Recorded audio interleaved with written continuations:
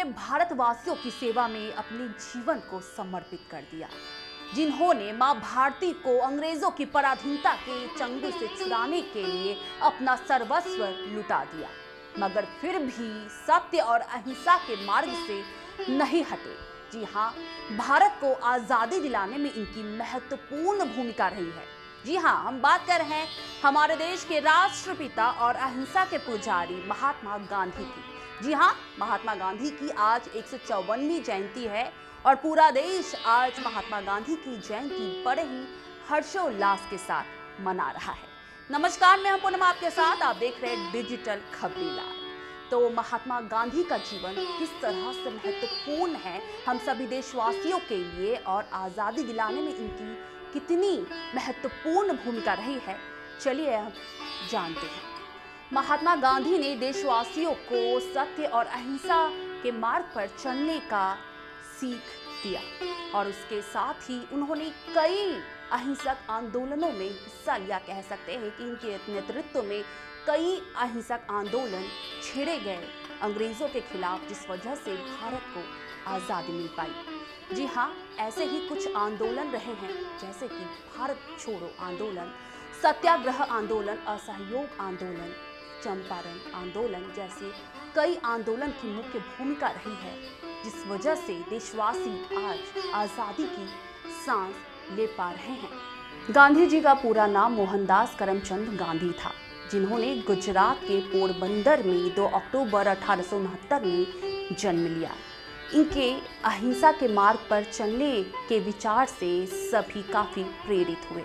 आपको बता दें कि गांधी जी का कहना था कि भारत तभी आज़ाद कहलाएगा जब आज़ादी में गलती करने की हमें आज़ादी मिल सके। जी हाँ, कुछ ऐसा ही कहना था गांधी जी का। उनके सरलता के पूरी दुनिया कायल थी। जी हाँ, उनका कहना था कि ऊंची सोच, सादा जीवन, और इसी सोच पर वे चलते थे। देशवासियों को एक समान दर्जा मिले, अधिकार मिले, उनका यही स्वप्न था। तभी जाति पाति भेदभाव से हटकर उनके विचार थे कि देशवासी भी इसी पथ पर चले। मगर गांधी जी के जीवन में कई मुसीबतें आईं, क्या आप जानते हैं? जी हाँ, इसकी शुरुआत हुई जब वे दक्षिण अफ्रीका के लिए रवाना हुए। उस दौरान एक अंग्रेज ने उन्हें सामान के साथ ट्रेन से बाहर फेंक दिया। नस्ल भेदी टिप्पणी की गांधी जी पर। उसके बाद से ही गांधी जी के मन में अंग्रेजों के खिलाफ एक नफरत उत्पन्न हुई, कह सकते हैं, और तभी से उन्होंने ठान लिया कि भारत को, हमारे देश को अंग्रेजों की गुलामी से, उनकी बेड़ियों से वे आज़ादी दिला कर रहेंगे। दांडी मार्च आपको याद ही होगा। साबरमती में किया गया दांडी मार्च एक बड़ा कदम था, जब देशवासियों ने अंग्रेज़ों के खिलाफ अपनी आवाज़ बुलंद की और कहीं ना कहीं देशवासियों को वो रास्ता नज़र आया कि हाँ, भारत आज़ाद हो सकता है, भारतवासी आज़ादी में सांसें ले सकते हैं। महात्मा गांधी को पढ़ाई का भी काफ़ी शौक था और वे गीता को पढ़ा करते थे, और ना केवल गीता का वो अध्ययन करते थे, बल्कि गीता में लिखे गए जो सीख दी है वे अपने जीवन में वे अमल करते थे।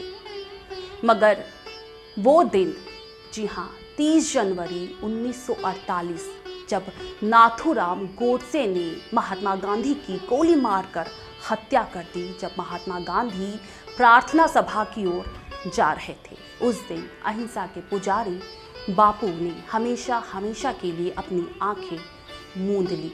मगर हम हमेशा महात्मा गांधी को, हमारे राष्ट्रपिता को, एक राजनैतिक और एक निष्ठावान व्यक्ति, साथ ही स्वतंत्रता सेनानी के तौर पर याद रखेंगे।